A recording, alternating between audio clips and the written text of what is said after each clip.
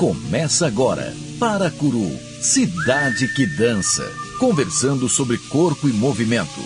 Mais um projeto cultural da rádio Marazul FM. Uma prova de amor a Paracuru.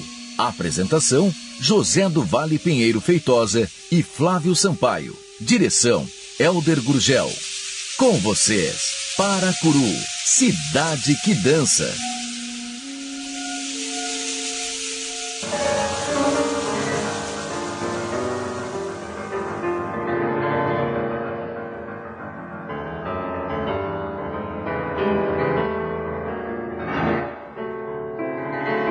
Neste momento, saem da Escola de Dança de Paracuru o professor Flávio Sampaio e a professora Miriam Marques, de São Luís do Maranhão.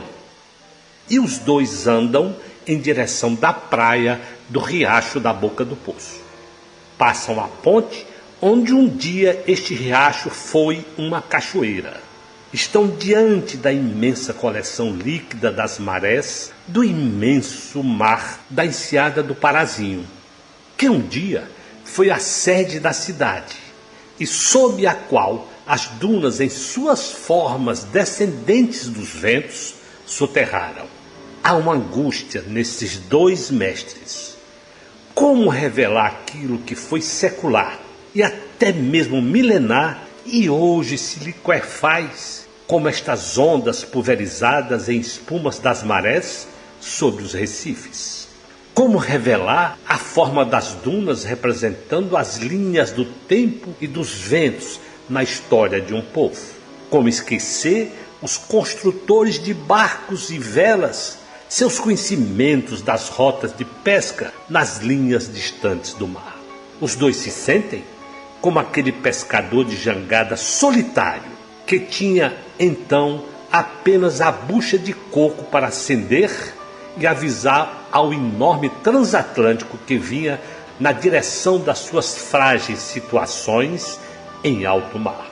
E ao perceber de todo o conteúdo da iminente constituição da situação líquida das águas e as formas móveis das dunas, assim como a única oportunidade de não ser atropelado em razão das buchas acesas de coco, eles descobrem este mesmo conteúdo de luz, água, ar e terra como elementos de continuidade e forma dinâmica do futuro.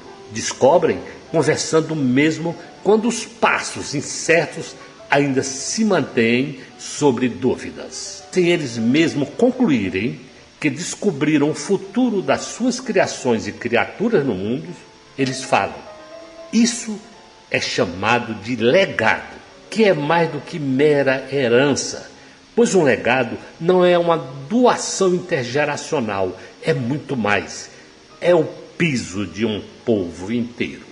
Aqui, Paracuru, cidade que dança.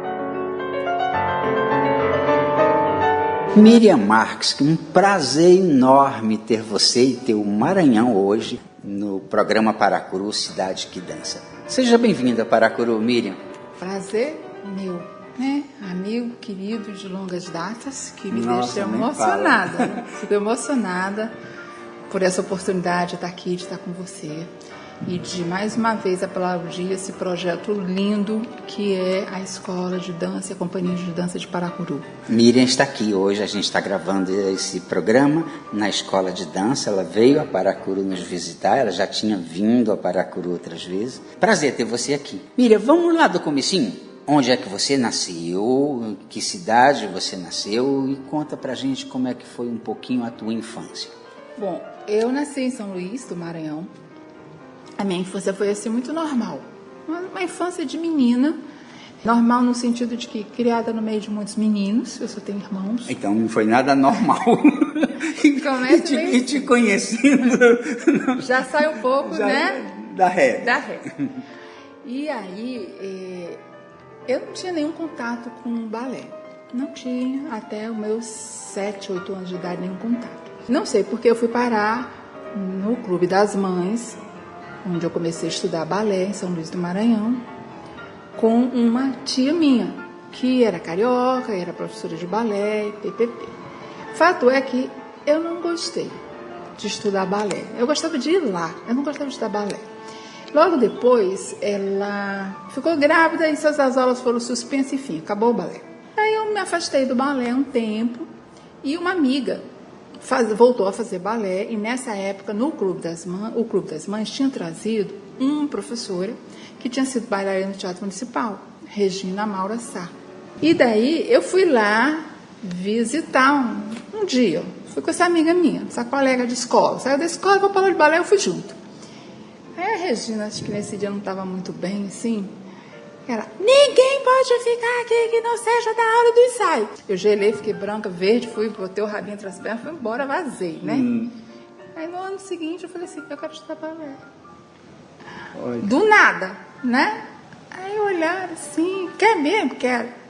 E aí eu comecei a estudar balé com a Regina. Assim, aí eu considero que eu comecei mesmo a estudar balé com a Regina Maura. Regina Maura, que foi do Teatro Municipal, Isso. foi de uma geração da década de 40 e 50, que é a mesma geração do Denis Gray, da Nora Esteves, né? Isso mesmo.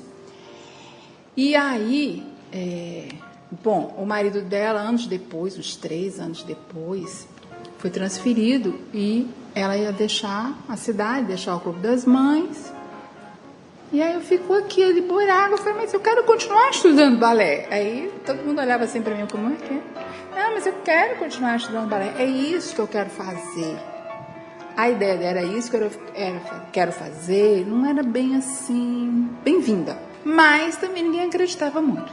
Primeiro porque eu não era aquele perfil ideal de bailarina, tamanho, físico, facilidades, habilidades. Não era. Era tudo muito suado, literalmente suado. Trabalhado, né? No muito, no esforço. Não era aquela que Deus deu, né? Então, tudo demorava mais. Mas também ninguém levou muito a sério.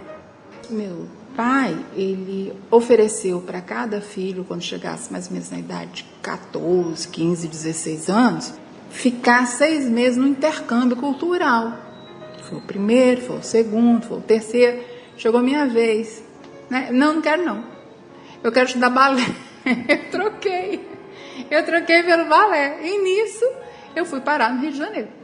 Foi aí que foi a Regina Maura quem me orientou para a Dona Tânia, para a Tatiana Lescova. E aí que eu cheguei lá, fui fazer meus estudos lá no Rio de Janeiro. Mais adiante a gente se encontra lá.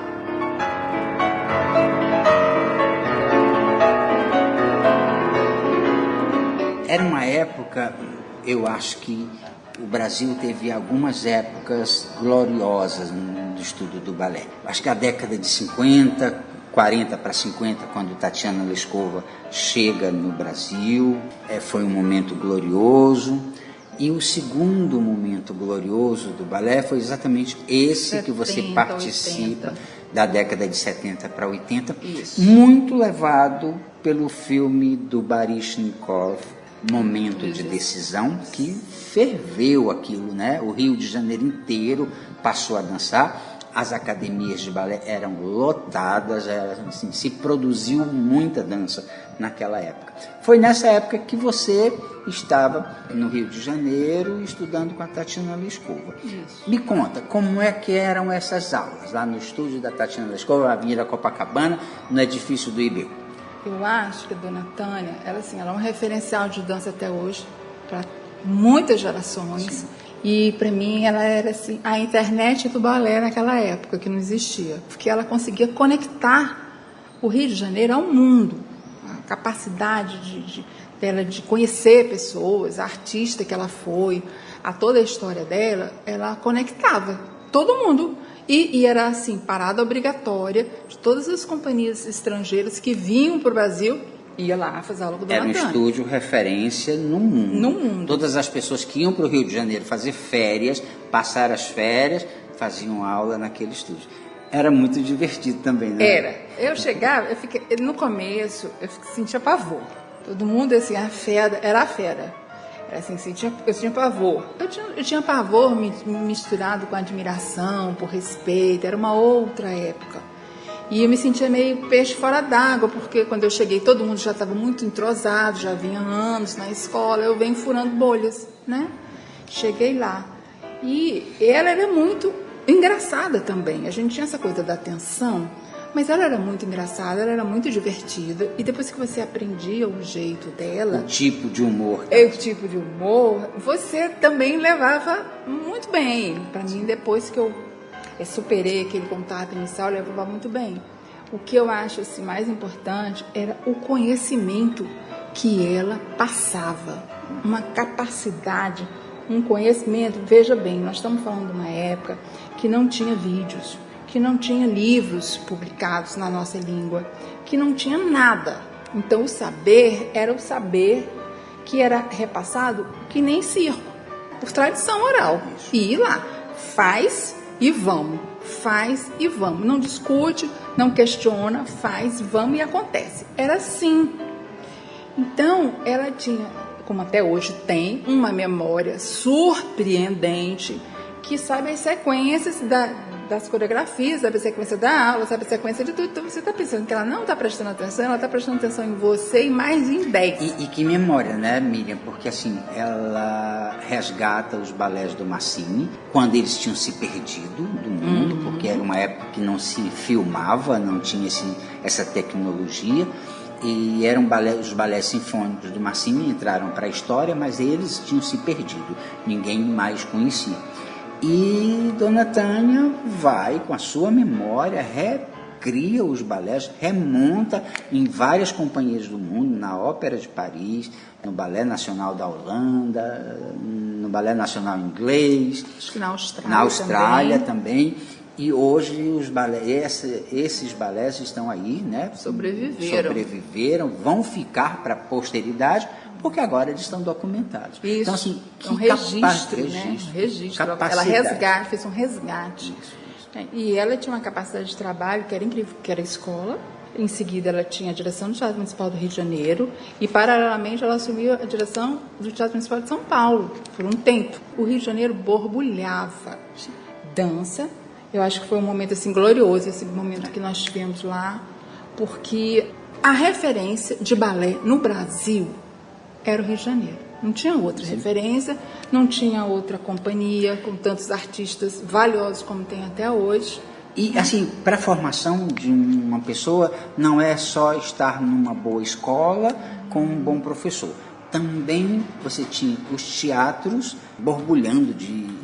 É toda uma atmosfera. Uma atmosfera. Você tinha o Teatro Municipal, tinha o Carlton Dance, que trazia dança para todo mundo. Tinha também, além do Carlton Dance, tinham os espetáculos ao ar livre, alguns foram feitos, eu lembro desses espetáculos ao ar livre, lá na Quinta da Boa Vista, eu lembro muito disso. Né? No Maracanãzinho, cheguei a assistir, algumas vezes foi no Maracanãzinho, Festival Internacional de Dança. Foi lá que eu vi a Makarova, pela única vez, dançando Julieta, fazendo Julieta. Né? Então, tinha toda essa atmosfera de muitas apresentações, de companhias que vinham, apresentações do Teatro Municipal do Rio de Janeiro, apresentações de academias, muitas. E não existia muito assim no sentido do que se vê hoje, competição, mostra, não era essa a vibe. Sim. A vibe era, vamos dançar e montar um espetáculo, e o público ia. Esse que era interessante. Então tinha essa atmosfera, mas tinha toda uma atmosfera ligada à dança acontecendo, que era a orquestra sinfônica, a ópera, o coro, artes plásticas, né? Então tinha todo um conjunto de artes que se ligam à dança. A dança. E que passa pela formação de um bailarino, com certeza. Sim.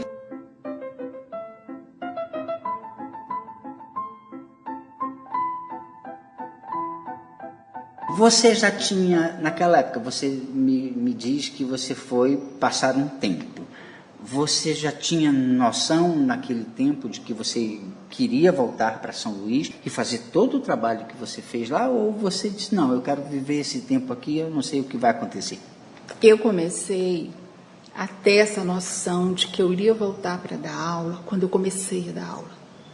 Na verdade, de início, eu não tinha essa ideia. Nenhuma. Minha história era ir lá, entrar numa companhia de dança contemporânea e ficar por lá.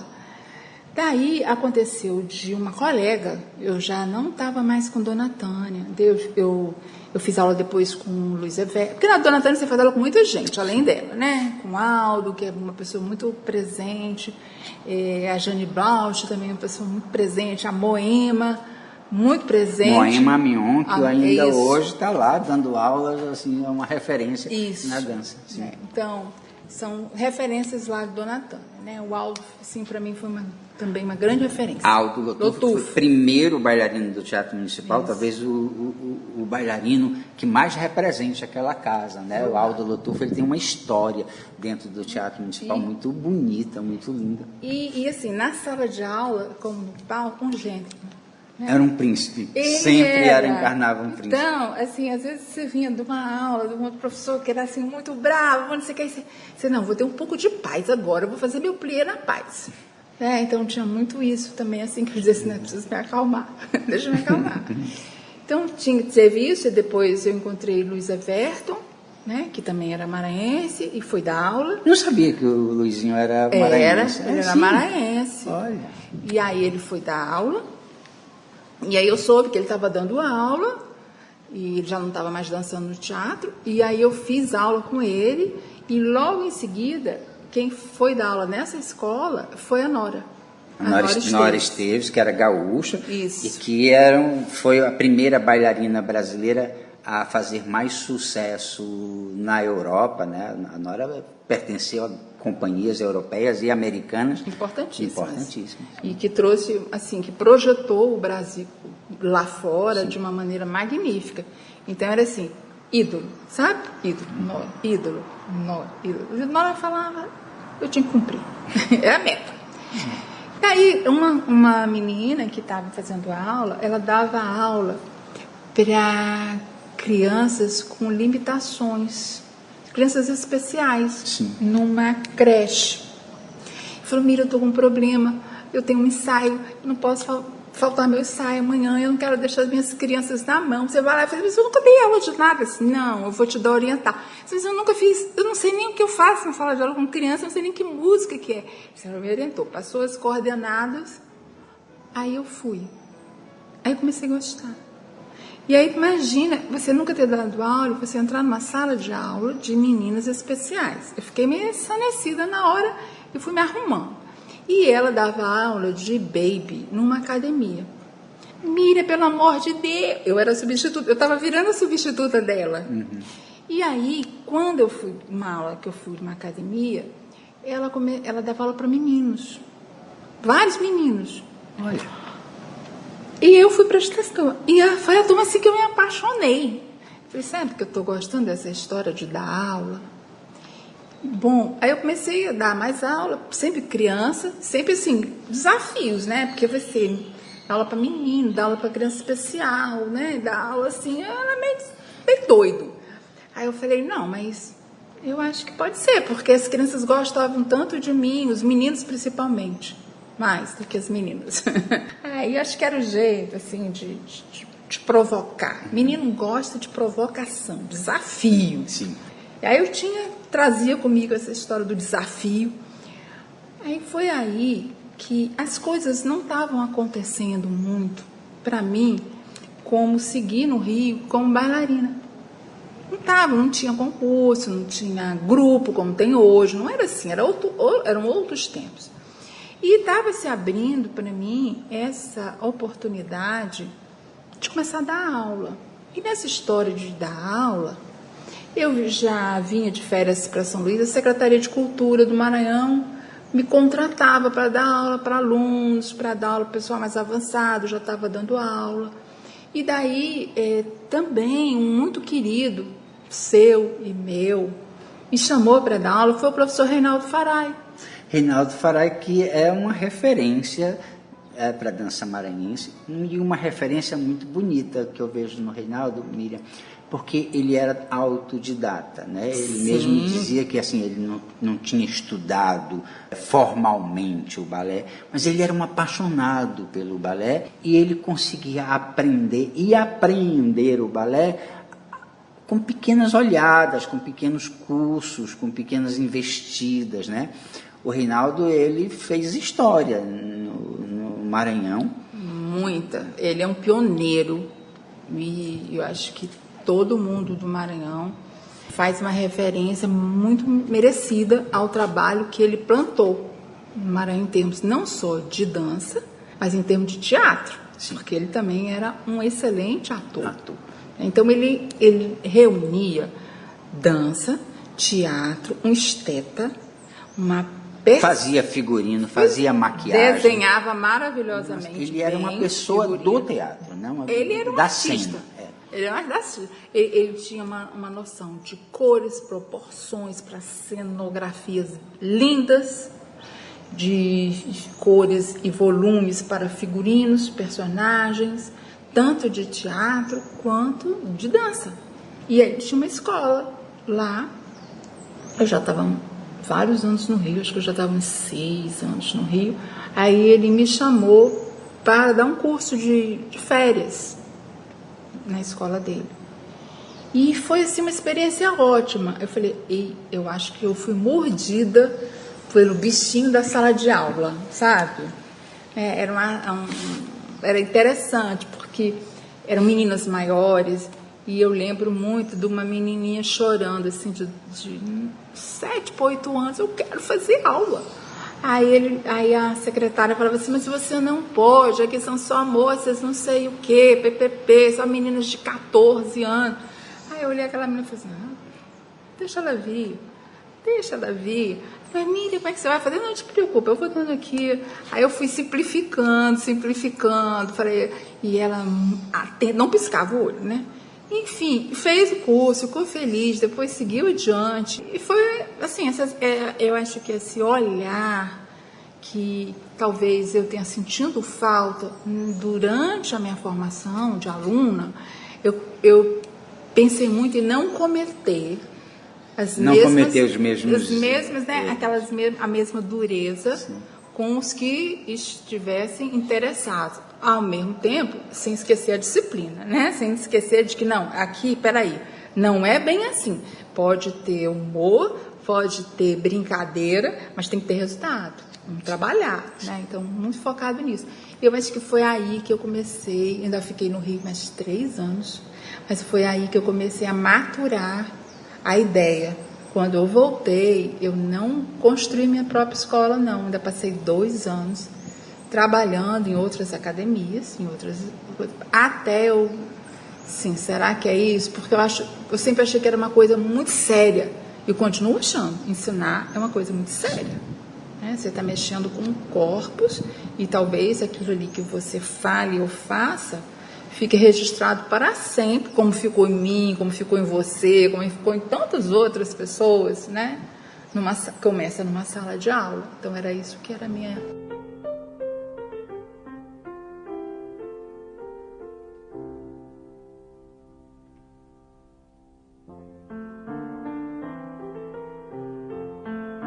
E aí você abre o Espaço Dança, que é uma referência na história da dança do Maranhão. Você, naquela época, você ainda era uma menina, foi mais ou menos a época em que eu lhe conheci, ainda sem muita experiência, mas com uma capacidade de trabalho já bastante efetiva, assim. Eu olhava para você e dizia assim, essa menina ela vai longe, porque ela tem uma capacidade de organização. Que às vezes a gente acha que assim, a gente é um bom professor, mas a gente às vezes não tem a capacidade de organizar uma escola. E uma escola, ela precisa de diversos saberes. Não é só a dança que está presente ali. Tem várias questões dentro de uma escola que dá trabalho, dá um enorme trabalho de fazer. Como é que foi o teu começo, assim, com a escola? Como é que foi para você fazer tudo isso? E como é que foi para o Maranhão receber você de volta? O Maranhão me recebeu de volta, eu sempre me sentia meio fora do ninho. É como se eu tivesse debandado. E quem debanda é sempre uma ave que... Bom, vamos olhar com desconfiança. Né? Eu sempre senti isso. Sim. Demorou muito para esse sentimento passar, acho que mais de uma década, né? O Espaço Dança, ele durou 33 anos ininterruptos de trabalho. E ali tem assim a grande força, a grande potência da minha vida. E eu costumo dizer que eu era bem mais corajosa do que eu sou hoje. Porque eu era corajosa, eu não pensava em nada que desse errado, eu não tinha noção do risco. Eu tinha noção de que não, eu vou fazer todo o meu esforço, impossível, mas eu vou fazer o meu melhor, sempre com os melhores e sempre buscando estudar.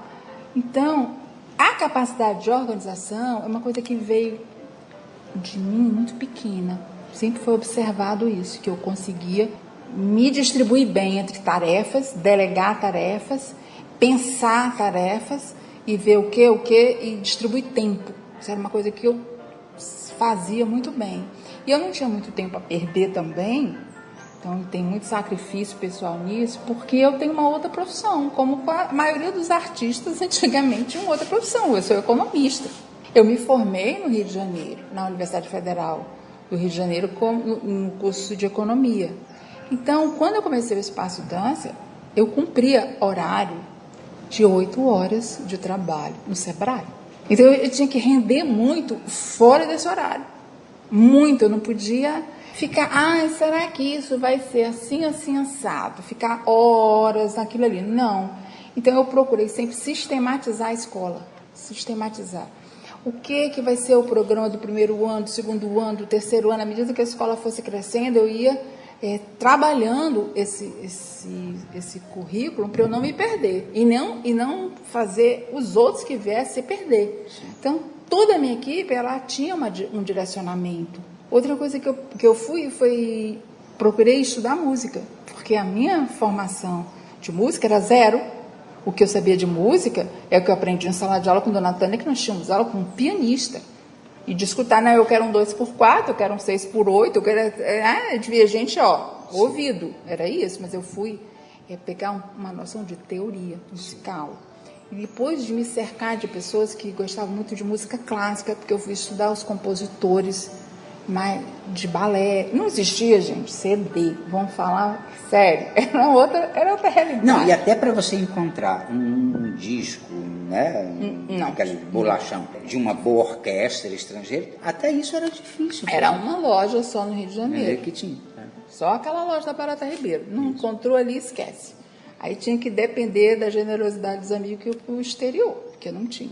Eu penso que hoje em dia nós temos muito mais ferramentas para tocar uma escola, muito mais. Sim. Existe até, digamos, um programa que vai gerenciar a sua escola. Um programa de receita, despesa, tudo isso. Tá, tem. Mas nós tínhamos, na época, mais uns 20 anos atrás, o que eu sinto falta hoje. Recurso humano comprometido. Sim.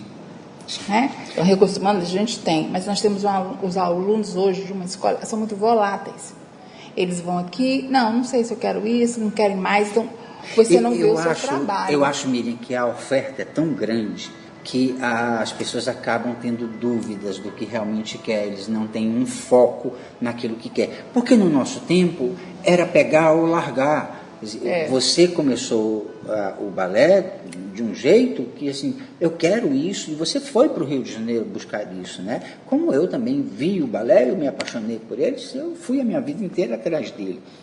Hoje, eu acho que, assim, a gente oferece tudo muito mais fácil e as pessoas ainda não têm muito certeza se é aquilo que elas realmente querem. Porque, assim, o balé não tem meio termo. Ou você quer, ou você não quer. Ou você faz aquilo por diversão, apenas para passar o seu tempo, para conhecimento. Agora, se você quer aquilo para a tua vida como uma profissão, aquilo tem que ir profundamente.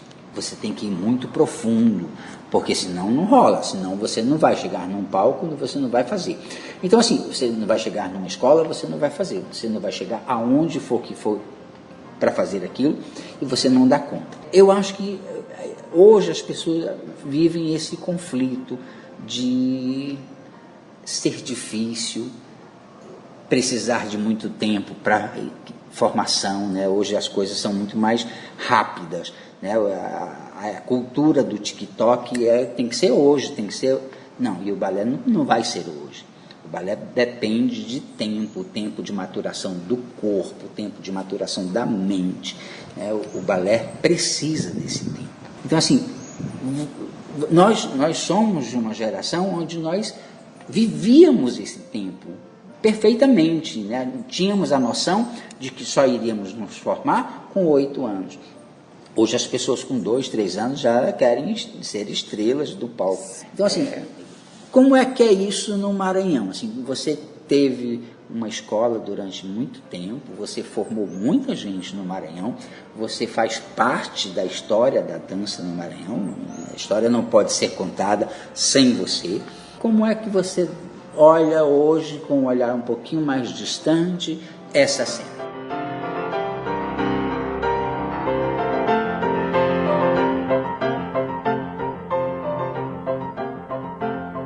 Eu penso que hoje, embora haja talvez mais alternativas para as pessoas buscarem algum estudo, esse estudo está sem um direcionamento, está sem uma identidade. Eu acho que os próprios estúdios, os próprios pontos que as pessoas buscam, eles não têm uma identidade. Assim, aqui, minha proposta é isso. Eu acho que os estúdios, elas estão muito em função do mercado. E eu sempre bati nessa tecla com todos que eu me coloquei. Eu falei, gente, se você quiser ser um artista em função do mercado, você não vai chegar a lugar nenhum. Ou você tem uma arte que você acredita, um fundamento que você acredita, ou num estudo que você siga e se aprofunda, ou você vai ficar boiando para lá e para cá e não chega a lugar nenhum. Ou você faz para você e depois isso se torna uma coisa boa para o mercado, ou não. Não agora, vai se rolar. O seu foco é o mercado, eu também concordo contigo. Sabe? Então eu penso assim, tá na moda, digamos, sapateado. Aí abre um monte de turma de sapateado. Ah, tá na moda jazz. Aí abre um monte de escola, a modalidade jazz. Então fica, agora tá na moda, sei lá, daqui a pouco vai ser TikTok, vai ser, sei que. Não, tá na moda rolar no chão. Vamos ficar só dançando, fingir que a gente vai rolar no chão. Então eu acho que São Luís, nesse momento, vive isso. Vive grandes dificuldades no meio da dança, no meio da arte. Perdeu muita atmosfera de eventos trazendo dança e por conta disso perdeu profissionais, fecharam escolas que trazem referências anteriores das quais nos referimos há pouco. Então, de uma geração que estudou muito, que buscou, que saiu, que voltou, que foi atrás e que tinha essa posição. Então, essa geração não existe mais atuante em São Luís. Quem entra? Entra essa geração que quer tudo rápido, tudo para ontem. O que é que você acha por que isso aconteceu? Porque assim, São Luís tem um dos teatros mais bonitos do país, Concordo. Um dos teatros mais antigos. Isso quer dizer que a cena teatral, a cena artística nessa cidade, ela começa até antes do que em outros centros onde hoje a arte é mais adiantada, né? Sim. O que você acha que assim, foi falta de cuidado do poder público? Foi a cidade que passou a não se interessar? O que houve em São Luís? Eu penso que se criou em São Luís uma mentalidade de que a dança acadêmica é elitista. Então ficou isso incutido, de que tudo que fosse para a dança acadêmica fosse elitista. Eu falei, olha, uma coisa é acesso, a outra coisa é a definição da dança. Então, se o acesso está um acesso de elite, é função do poder público criar o acesso. Agora, definir a dança acadêmica como dança voltada para a elite, eu discordo. Então, todas as políticas públicas que vieram ao longo de mais de 2 décadas, elas priorizaram a dança popular. E ficou uma contraposição, dança popular, dança elitista. Então, toda a dança acadêmica ficou com dança elitista. Daí a razão pela qual o balé clássico, que é o mais, digamos, associado nessa mentalidade como elite, foi encolhendo, porque foi entendido que a dança contemporânea não é para todos, não é o balé clássico. A dança, o jazz é para todos. Mas isso mesmo com todo o movimento que o Fernando Bicudo fez de ópera, porque assim, A ópera, ela leva junto o balé, porque geralmente as óperas têm em algum ato alguma participação da dança. Não são todas, não é uma regra, mas a grande maioria das óperas do período romântico, elas têm esse tipo de fazer. Mesmo com aquele teatro ter todo um equipamento para dança, que é maravilhoso, que são salas enormes. Quer dizer, mesmo com tudo isso, não... No tempo que, foi bastante tempo, inclusive, que o Bicudo ficou lá no Maranhão e fez essa reforma, que conduziu a reforma do teatro, a adequação dele, houve um período de florescimento.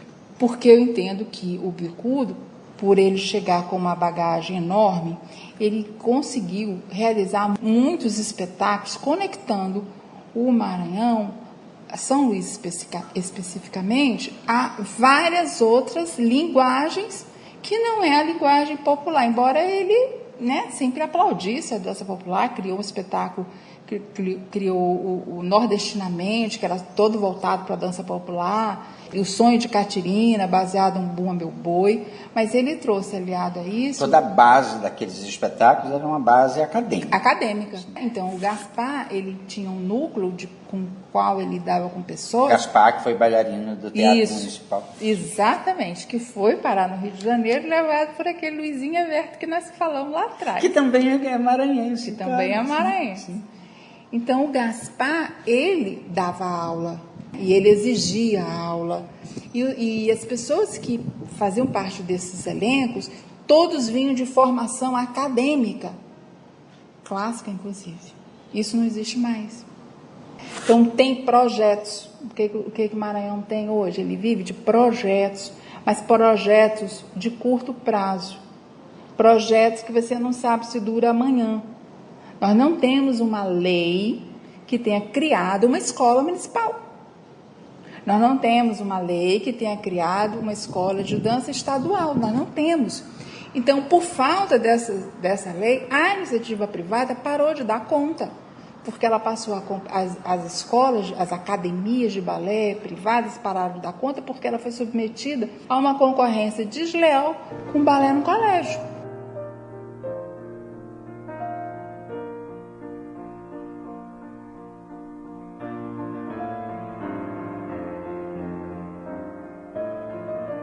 Não tinha como ela competir. E eu também acho, Miriam, que assim, um movimento de educação através da arte, através da dança, ele também tem que ter um rumo. Onde você quer chegar. Onde é que você quer chegar. Então, se você não tem numa cidade uma companhia ou um grupo de dança que seja nspirador para aquelas pessoas, aí elas vão chegar e dizer assim, vou fazer para quê? Para quê, né? Aí chega no momento em que fazer o balé começa a atrapalhar a sua vida acadêmica, a sua escola, para onde você quer chegar. E aí é quando também na academia essas meninas estão mais com um nível mais avançado, que você poderia ali fazer algo. Sim. Né? E aí elas vão embora.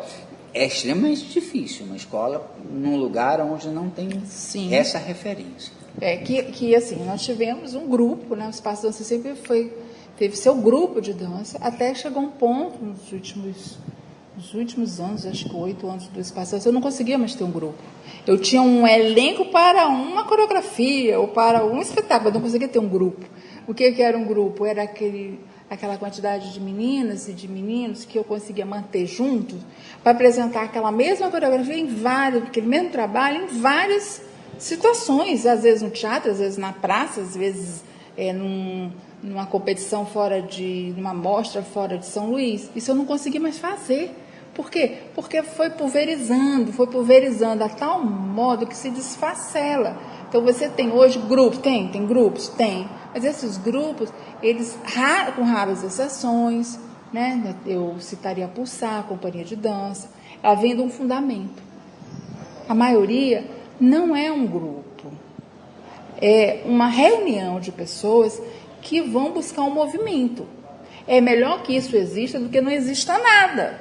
Mas isso por si não só vai também dar conta não dá conta de levar adiante. E mesmo Bicudo, com toda a sua influência, ele não conseguiu estabelecer um corpo estável no Teatro Arte Azevedo. corpo estável de dança. Existia esse pensamento? Você existia, sabe? Eu acho que existia. Né? Isso era uma coisa assim que, pelo menos em muitas conversas, isso vinha à tona. E pela arquitetura, né? Ele construiu uma sala para dança no anexo daquele teatro, que é uma sala... Ela tem estrutura, o teatro tem estrutura para isso, para comportar não só de dança, como de coro e de música. Então, ele tem essa estrutura. É um teatro que nós vamos dizer pequeno, mas é uma joia. Você sabe de que ano ele foi construído? 1800. Ele é de 1800. Ele é 1800. E é do final do século XIX, né? E assim, é um teatro belíssimo, de uma arquitetura. É uma joia, é lindo. É um teatro muito lindo. Ele é de um período que existem pouquíssimos teatros no Brasil. Acho que Santa Isabel, acho que só. O Santa Isabel e o São Pedro, em São Paulo, Porto Alegre. Porto Alegre. Tá. São 3 teatros, mais ou menos. O São Pedro já é bem maior do que o Teatro Arthur Azevedo, o de Porto Alegre, já é bem maior. O de São Luís, o Teatro Arthur Azevedo, é um teatro pequeno, mas ele é um teatro pequeno pensado como se fosse um teatro grande. Como se fosse um teatro de ópera. A construção dele, toda, né, de ferradura, com um palco italiano. Condimento, né, todas as movimentações sonográficas, todo ele é pensado como um teatro. E a arquitetura, as joias que tem de... É um museu. É um museu. É muito lindo esse É um teatro lindo.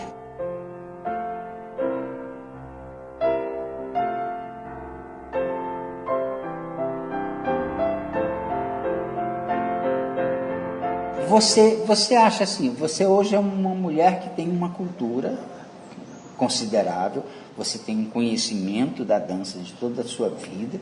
Como é que você se sente num lugar onde o poder público não aproveita essas pessoas que têm esse conhecimento para melhorar a cultura do seu estado? Quer dizer, você é uma pessoa que você dá aula na universidade, assim? Sim. E hoje o governo do estado do Maranhão não olha Miriam Marques como uma mulher culta, uma mulher da dança, uma mulher que tem uma bagagem da sua vida inteira. Como é que você sente isso?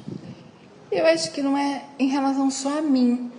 Eu acho que é em relação a uma história de artistas que trabalhou muito para isso, para se chegar a um determinado lugar e que não se chegou a lugar nenhum. Eu acho que não é pessoal. Sim. Eu acho que é é uma política... É uma política... equivocada. Como em muitos debates que eu participei, eu escutava assim, tem que rasgar tchutchu tem que sumir, tem que acabar com isso, para com isso, Miriam, rasga esses tchutchus. Eu falei, gente, não é por aí. O caminho não é esse. Ainda que você não dance com o tchutchu, você não pode negar o saber. Vocês que defendem tanto o saber, você não pode negar o saber, que é de uma época assim, e que você precisa se alimentar desse saber, até para ser livre, para fazer outras coisas. Eu te fiz essa pergunta porque eu quero falar um pouquinho sobre isso.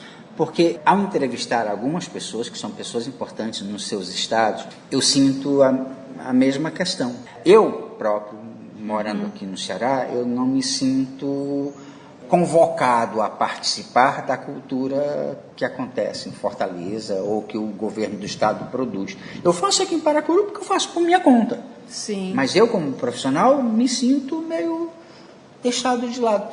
E assim, nós somos de uma geração em que a gente tem o conhecimento, a gente ainda tem a vontade de fazer, a gente ainda tem força física e mental, saúde mental para fazer, e a gente vê uma coisa desgringolando porque essa nova geração, ela olha a cultura, olha o conhecimento, olha a tradição, ou não, dependendo para onde você queira olhar, de uma maneira muito fugaz, superficial.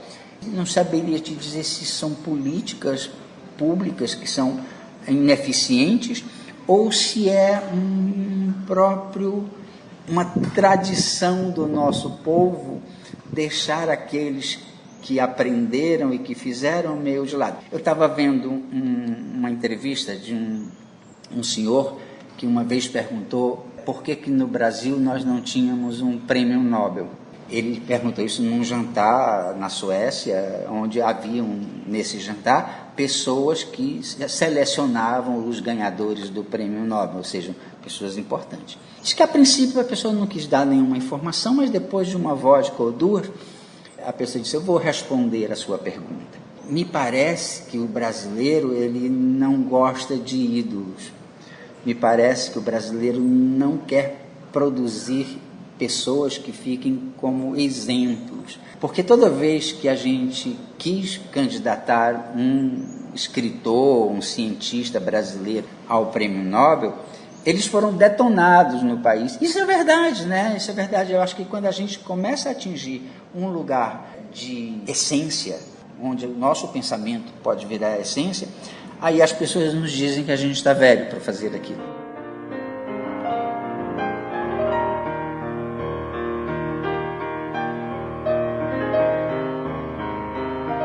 Eu acho que, em parte, você tem razão.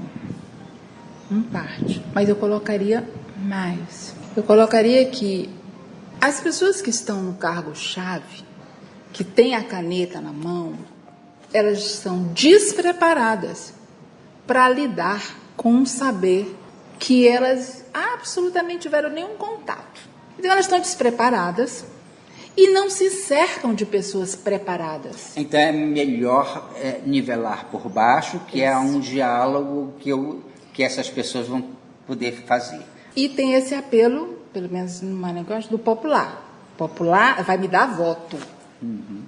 Sim. E esse outro povo, não, isso aí porque é pouca gente, nem vota, é tudo novinho ainda. É popular, não. Eles não têm uma ideia do que esse outro aí... Que vai se não, tornar... vai tornar aquele grupo de pessoas ou aquela sociedade pessoas mais preparadas para o futuro. Não tem essa ideia de degrau. De degrau. Nivela por baixo e fica aqui mesmo, aqui da volta. É isso aí, eu também acho que é assim. Eu vejo esse lado da caneta e vejo um péssimo defeito da nossa geração. Eu não sei se é defeito, não sei se é virtude, mas por funcionamento hoje da vida, eu considero defeito. Para nós somos educados como virtude, mas hoje virou defeito. O que é? O jovem, ou mais jovem do que nós, eles chegam junto a cargo-chave no berro, no grito. Ei, e eu? Ei, me bota aqui. Ei, não, como é que é isso? Tá me desconsiderando? E nós, sim, na nossa maneira humilde, esperamos ser convidado. Tá? A gente espera ser convidado. Porque a gente se acha intrometido, a gente acha que isso aí não se faz, a gente acha que a pessoa que está lá no lugar é que tem que saber quem nós somos e chegar lá. Miriam, eu acho que aí é uma questão de educação. Por exemplo, assim, aqui na escola de Paracuru, isso. Durante todos esses 20 anos que a gente tem essa escola, eu sempre lutei muito para que essas crianças tivessem um nível de educação comparável aos outros lugares do mundo onde eu tive a sorte de poder estar. Então, assim, obrigado, até logo, esperar para falar. Esses princípios de educação, né, que a gente conhece e que são saudáveis, eu sempre nunca abri mão disso aqui. E são exatamente o contrário de outras pessoas que participam, né, desses lugares de mando, que hoje são de mando, e que são nivelados por baixo. Então, assim, acho que precisamos escolher melhor os nossos mandantes, para os nossos cargos políticos, esses cargos de mando. Acho que precisamos, de alguma forma, escolher essas pessoas ao ponto de que possa trazer para as novas gerações, que são os nossos netos, uma cultura melhor, porque a gente sabe que é a cultura que vai avançar com o país. Um país que não tem educação, um país que não tem cultura, não vai avançar nunca, vai ser sempre dependente do pensamento de outras pessoas, de outros países, de outros grupos. E também, Flávio, desenvolver, é responsabilidade nossa de deixar para os próximos, de inserir no processo aqueles que trazem bagagem.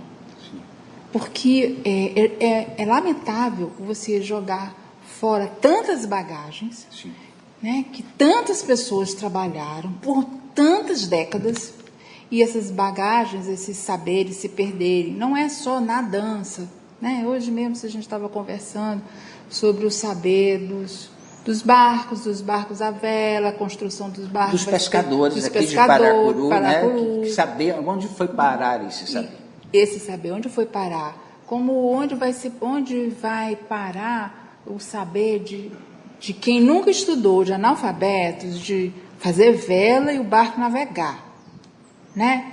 De construir o barco, tem vários tipos de barco, e o barco navegar. Um saber que é ancestral, né? Que foi passado por via oral, por tradição oral, e que são perfeitos, né? Porque são, por exemplo, assim, no caso dos pescadores aqui de Paracuru, que construíam seus barcos, eram barcos que iam, que voltavam, que eram seguros, né? Que traziam o alimento para eles. Meu pai era pescador, então assim, vi na minha casa durante muitos anos esse saber do horário do pescar, do momento do ligado pescar. À natureza. Ligado à natureza, ligado à lua, através da posição da lua, ele sabia que aquele era o momento. Então, assim, são coisas que hoje a gente não escuta mais. E que traz a história do Brasil. Sim. Porque você vê o Rio São Francisco, como é que não existia carro, e tanto é que as coisas vinham pelo Rio São Francisco, nas barcaças do Rio São Francisco, chegavam de um lugar para o outro, atravessavam esse país. Então, são saberes que vão se perdendo. Você ainda vai encontrar isso um pouco ali nas populações ribeirinhas do Rio Amazonas, porque não tem outra solução para eles. Mas talvez, no dia que tiver outra solução, é mais um saber que vai se perder. Então, eu vejo esse desprezo, na verdade, que é a palavra que eu colocaria. É um pouco forte, mas é isso. Eu vejo um desprezo no Brasil por seus saberes, que são muitos e em diversas direções. A dança é um deles.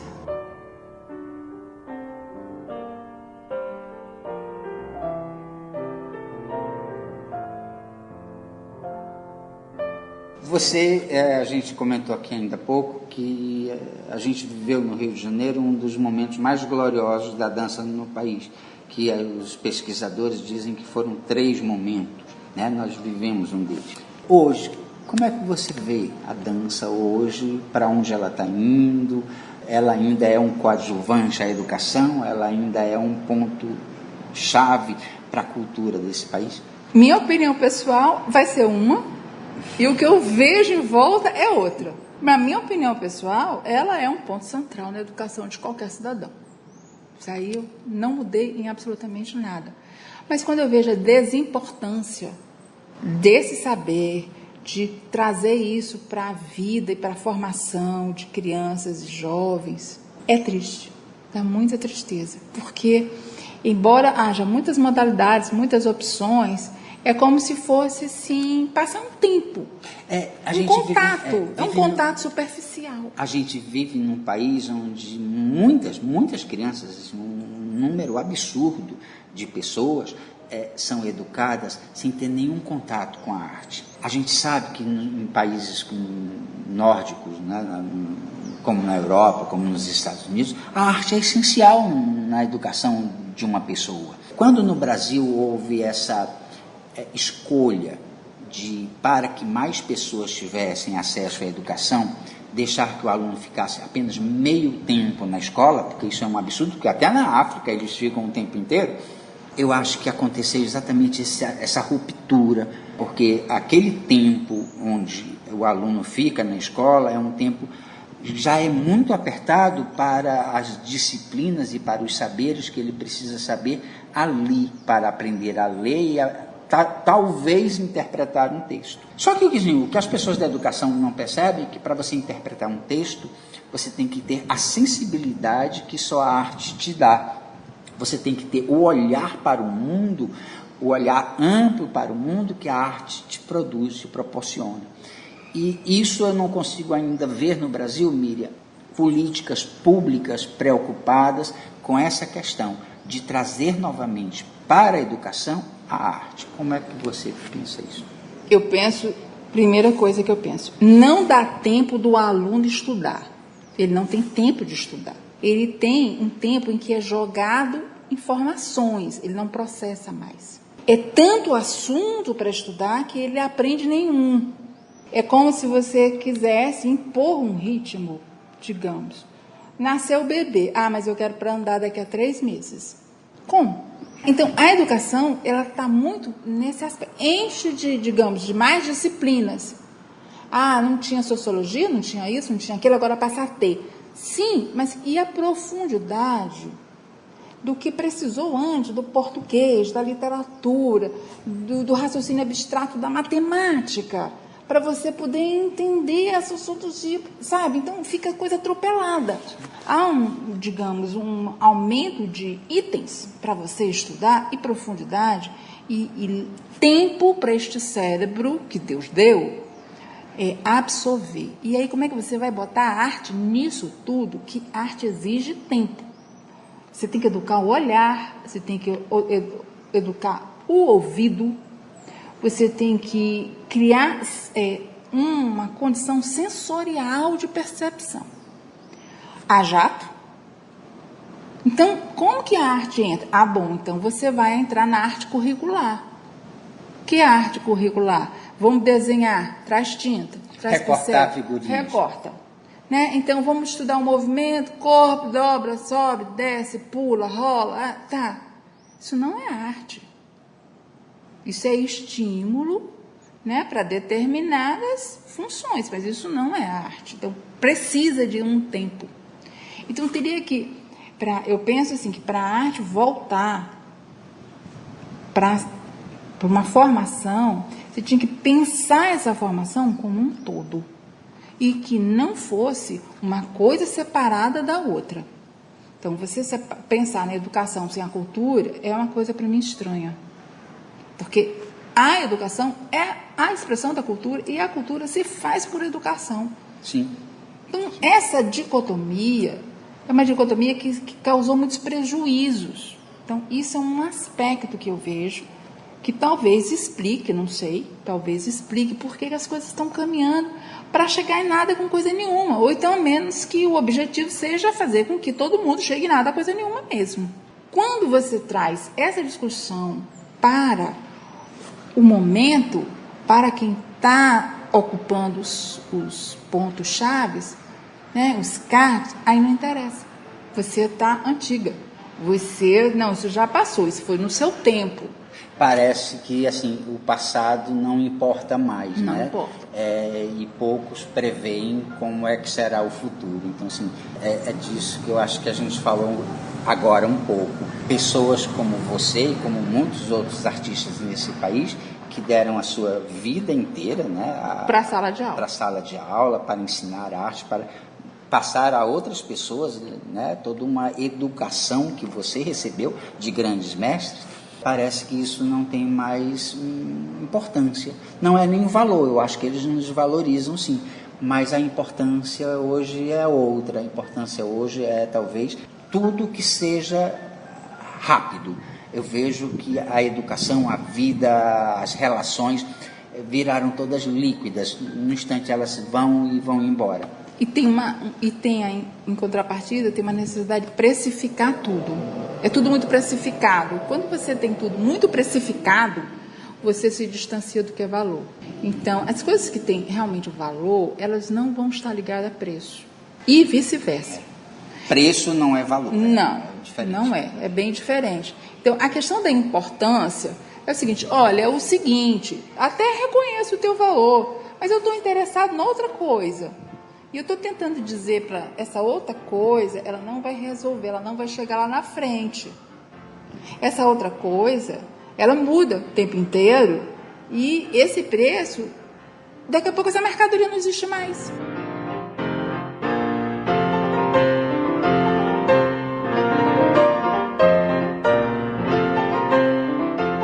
Então, quando você olha um país em que não valoriza a sua história, os seus registros, não documenta nos seus museus o seu passado, parece a gente ficar assim meio quixotesco, a gente querer que a bagagem desses saberes, que muitas pessoas ainda trazem, vindas por grandes mestres, sejam mantidos. Então vamos olhar para nossa referência, para a Dona Tânia.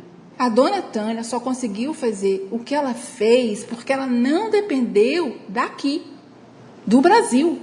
Aliás, quando ela foi para fora... Foi para Paris. Foi para a Ópera de Paris, foi aí que ela foi vista, resgatada como um grande artista. Miriam, um papo maravilhoso, mas a gente já chegou no final do nosso programa. Te agradeço estar aqui em Paracuru para nos visitar. Agradeço esse papo maravilhoso, essa reflexão sobre o futuro dos nossos filhos, dos nossos netos, né? Que país e que sociedade é essa que a gente quer. Obrigado, viu? Eu que agradeço, para mim é muito bom ter esse contato. Nossa, quanto tempo eu não converso sobre dança com alguém? Isso para mim é uma alegria, é meu alimento, é meu oxigênio, né? Então vou estar sempre à disposição. Sou uma grande admiradora pessoal sua, mas acima de tudo eu sou uma grande incentivadora do projeto de Paracuru de dança, tanto a escola quanto a companhia. Eu acho que é de bater palmas, eu acho que o Brasil tem que ter orgulho desse projeto. E esse projeto só existiu por conta de você, de tomar para si essa ideia, que é uma ideia, a princípio, bastante, digamos assim, arriscada, continua sendo, sim, mas é que te move e que faz mover muito dessa cidade e que inseriu o Ceará num circuito que também não existia. Então você também está repassando conhecimentos, né, aprendidos lá com a nossa mestra. Obrigado, Miriam. Um grande abraço para ti. Beijo.